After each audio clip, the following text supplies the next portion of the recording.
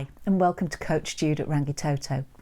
It's time to report back on how I've been getting on during the second week of my fibre challenge. If you remember, I'm aiming to eat at least 30 grams of fibre each day for 30 days. And so far so good. Still no need to record this from my bathroom. Stay tuned for this week's scores on the doors.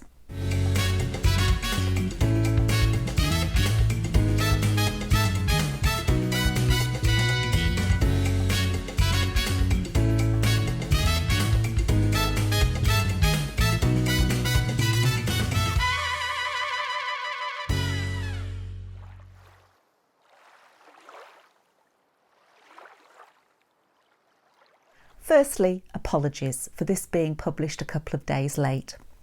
I have no real excuse other than I've lost track of the days as I've been busy with other parts of my life. Sorry, I promise to try harder.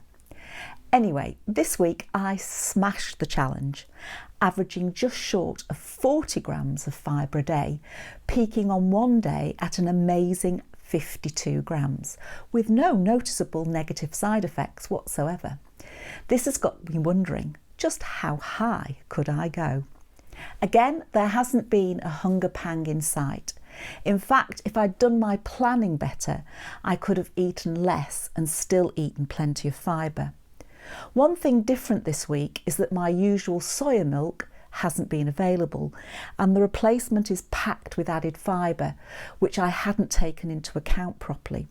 This has added an extra 5 to 6 grams a day.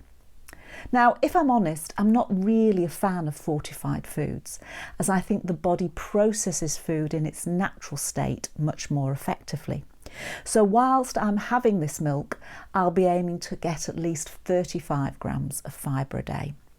And in fact, the only day I struggled to get above 30 grams was the day I had a roast dinner.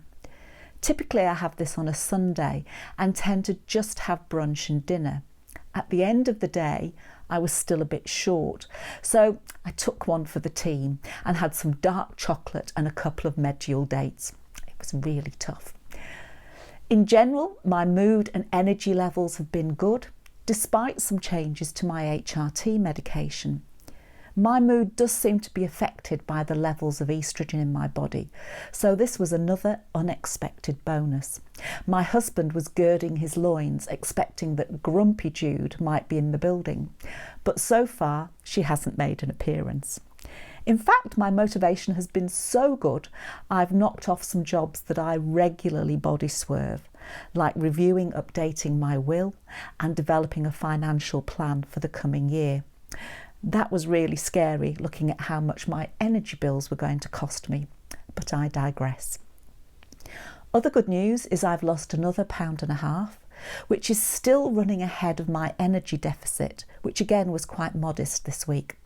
So far, so good. This coming week, though, is going to be more challenging. For the first time, I won't be planning and preparing all my own food. I'm spending a few days with friends, as well as I have a lunch and dinner out. My basic plan for the days when one meal is not in my control is to get my fibre total from my other meals. Whilst I'm away, I'll take a few tasty snacks to help me boost my intake. Surprisingly, I'm thinking dates and dark chocolate, my new fibre go-tos, plus apples and bananas. So I think I'm covered. It will be interesting to see how I go next week and whether my plan works or not. If you're doing the challenge, how are you getting on? And remember, if your plan isn't working or you need more ideas because you're just setting out on your own weight loss journey, check out the link below to my free comprehensive guide to kickstarting your weight loss. Also, I've provided a link to the Fibre Challenge workbook in the description if you fancy joining me on this quest. Finally, remember to check back next week for an update in my progress. All the best. Till next time. Bye.